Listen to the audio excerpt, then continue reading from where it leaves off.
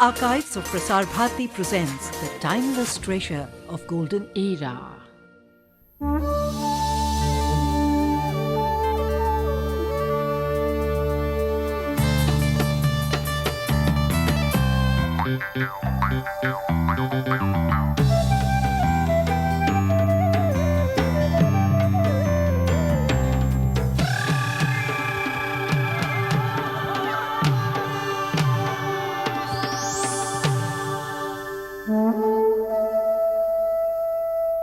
The first phase of the NEPED project is close to completion.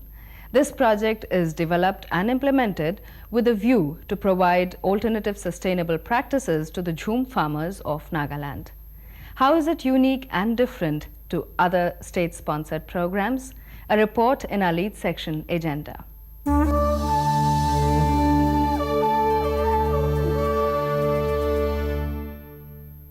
Nagaland Environment Protection and Economic Development through People's Action, in short NEPED, is close to completing the first phase of this project. The project was formally launched a year ago. In a span of 5 years, the project is to benefit 1,000 villages in a phased manner. In the first phase, 330 test plots in 150 villages were chosen to launch the project. The project focuses on environment conservation and better management of natural resources. It specially addresses issues of introducing improvements in the area under Jhum cultivation, which is shift cultivation. Approximately 42% of the total land area in the state is under Jhum cultivation. For the first time, at least so far as I know, in Nagaland, that we have been able to put up a team which is drawn from the 10 departments in the agriculture and allied sector, and we intend to make it function as a team. There is no departmentalism involved in their working today. They are all officers drawn from various departments who are in the age group of about 30 to 45. We have chosen them on the basis of our assessment of their ability, their enthusiasm for work. And we expect that even as a model for management systems, this NEPED will prove to be an important eye-opener. Unlike the previous projects which were based on subsidy dispensing schemes, NEPED hinges on advice dispensing. It aims at developing and adopting alternate approaches for shifting cultivation.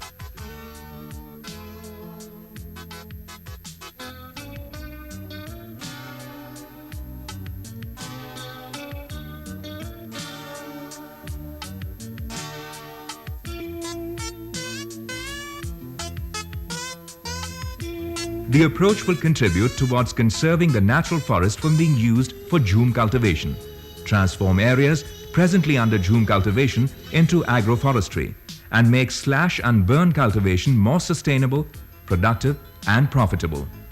In addition, it aims at increasing the income of the people of Nagaland. And then by looking at the whole issue, if we are able to bring in certain other things during the fallow years in Jhum cultivation, as it is, the fallow years are wasted. Now we are trying to utilize the fallow years to become productive. That is the basic concept here. One way of making Jhum cultivation sustainable is by adopting the intercropping method of farming. More than 1,000 species of trees exist in Nagaland which can be used in intercropping. Intercropping is a method of planting more than one crop simultaneously.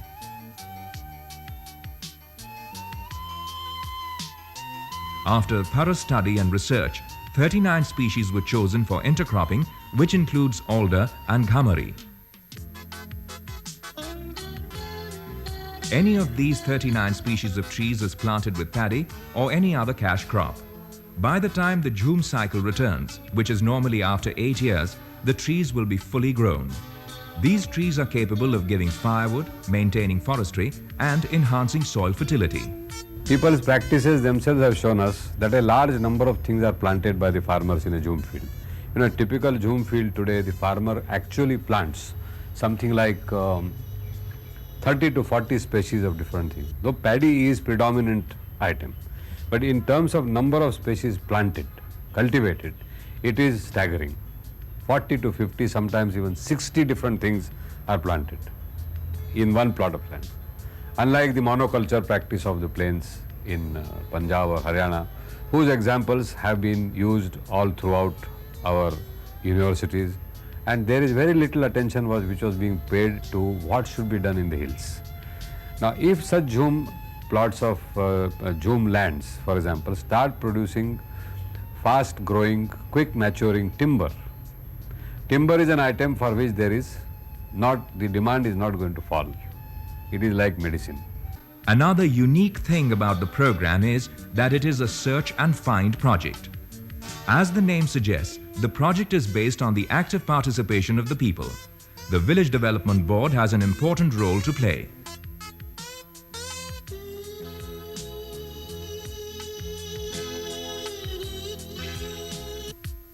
This is the first project in Nagaland in which foreign government funding is involved. India-Canada Environment Facility is funding the project to the tune of 12.6 crore rupees. Other contributors are the Government of Nagaland, the International Development Research Centre and the Village Development Boards.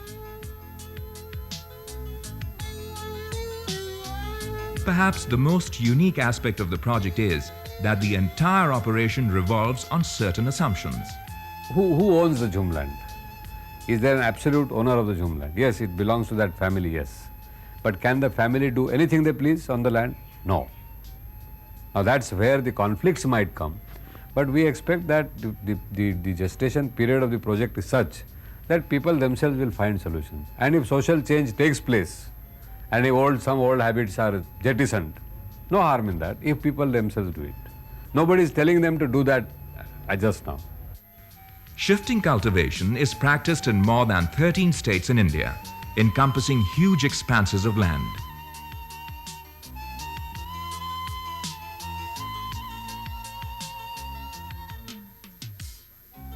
The NEPED program of Nagaland could well provide an insight into a sustainable management system worth emulating by other states.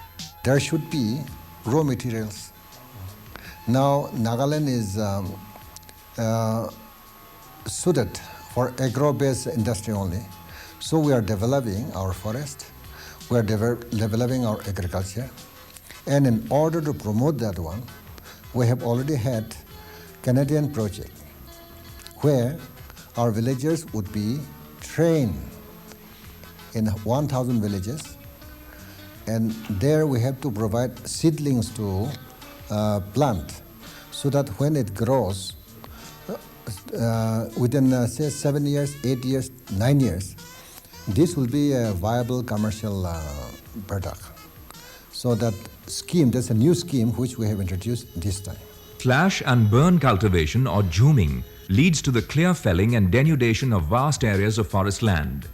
Even steep hill slopes are subjected to this treatment. Since the entire biomass is burnt off, the commercial value of the extractable timber or the biomass in general is lost. Out of the 100% biomass which is burnt, at least a considerable percentage can be preserved if the project is implemented.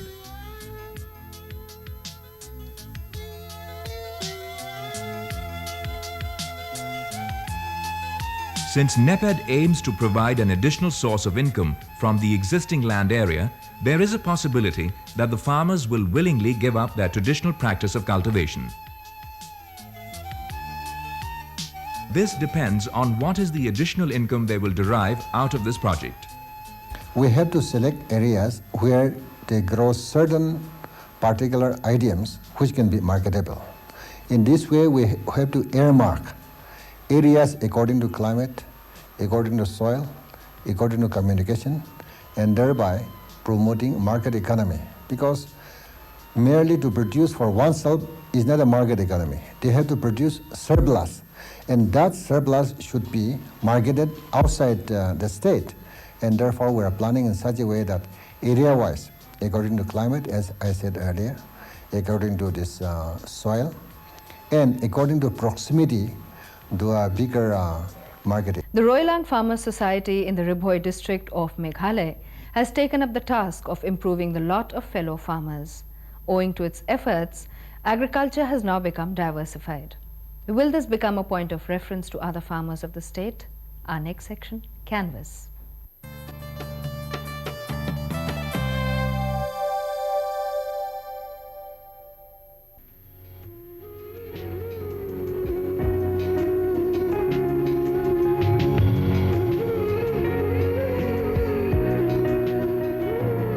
Roilang Farmers Society in the Ribhoi district of Meghalaya is one of the most advanced and organized cooperative society of the state. Raid Nongthlu is a group of 26 villages in Ribhoi district comprising of Khasis and Karbis. Despite having natural resources in abundance, the area continued to be poor and backward. Measures to extricate the people out of their hardships and to provide them with better avenues of livelihood was thought of, and consequently, the Roilang Farmers Society was formed. The Roilang Farmers Society is an organization of farmers with a motto to grow together. Roilang is a Khasi term which indicates the motto of this non-political and non-religious society. This society has been formed 3 years back.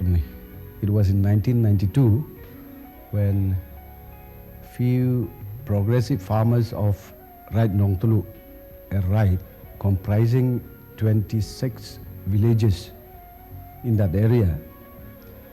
These elders along with the elders of that area, few progressive farmers came together, having seen the potentiality of that area.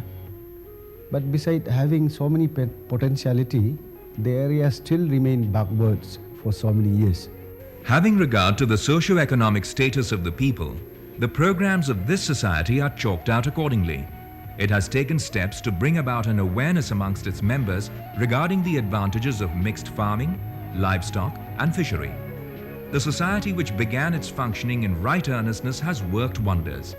In the list of its achievements, the Umden Committee Fishery and Piggery Project stands out as the most prominent. Practically every household has its own fishery. The society has also taken appropriate steps towards tea and ginger cultivation. The community is also a proud possessor of a power tiller. The produce, due to a community effort, is distributed among the villagers of Umden and amongst the members of the Roilang Farmers Society.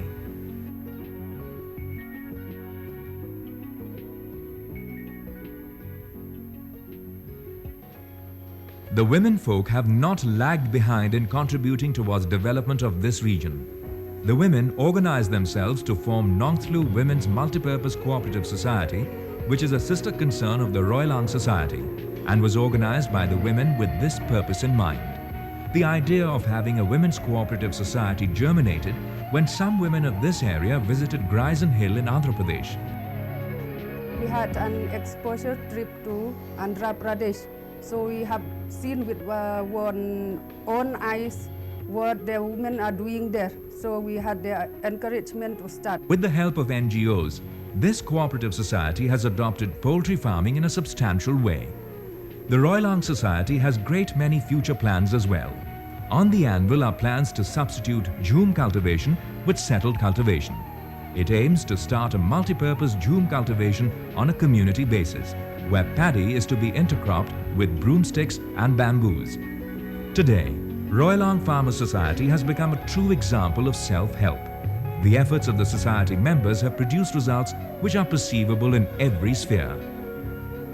This project has really had an impact on so many groups like youth, women groups. So after 3 years, having started with so many projects like piggery, we had community piggery project, then we are having another community basis activities also. Tamdil Lake is often referred to as the pearl in the oyster. Surrounded by lush green forests and misty mountains, it is fast becoming a popular resort. Let us feel the luster of this pearl in this week's destination.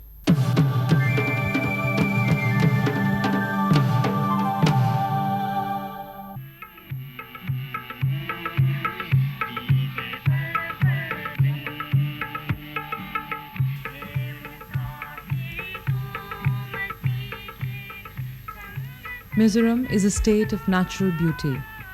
The people and the land have a symbiotic relationship. This intimate blend of nature and its rhythm is all pervasive in the serene hills and valleys. Advent of modernity in no way has hampered the natural instincts of the people here.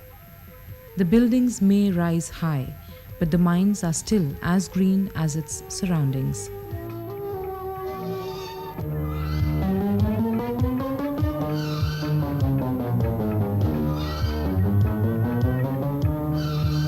Speeding fast through the swirling road track, man longs for nature and seeks solace in its lap. Nature is where all pursuits of human beings come to an end.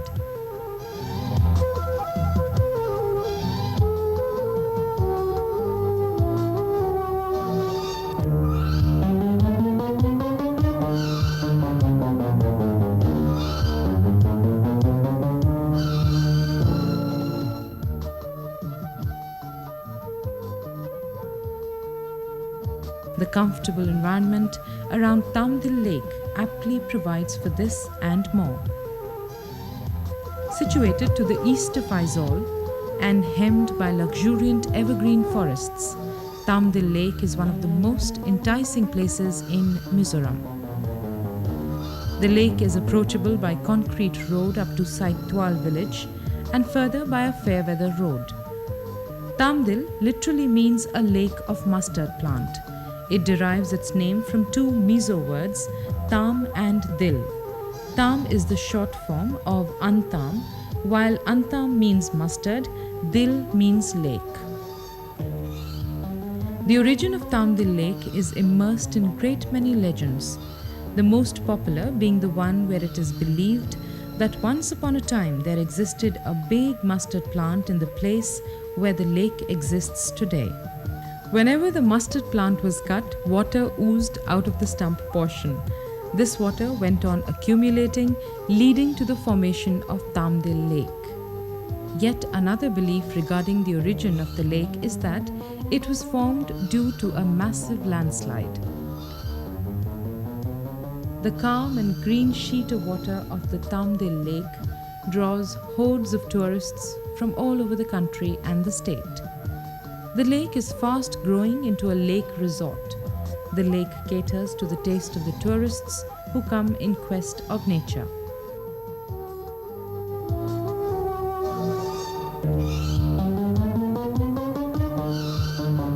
Lovers of water sports have at their disposal rowing and pedal boats which can be hired at will.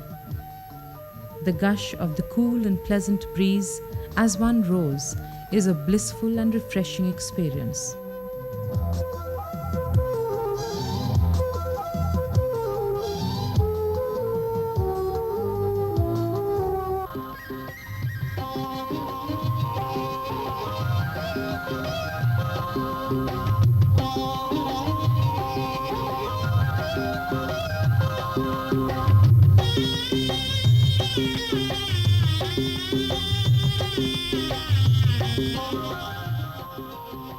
To provide a hospitable stay to the weary tourists visiting the lake, the tourism department has constructed 2 comfortable suites.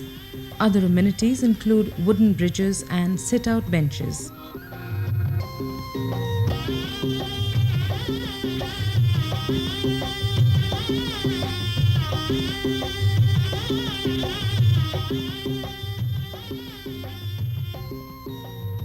Once at Tamdil Lake, the feeling is different, and bidding goodbye to the lake is a difficult proposition. And as you do so, you do it with a resolution to come back again. Destination information: Tamdil. Road: 65 kilometers east of Aizawl, approachable by tarmac road up to Saitwal and further about 10 kilometers by Fairweather Road. Rail: nearest railhead is Silchar, 180 kilometers away from Aizawl. Air: nearest airport is Aizawl. Where to stay? Lodging facilities are available at Saitwal, 10 kilometers away from Tamdil. Tourist tips: tourists have to obtain inner line permit.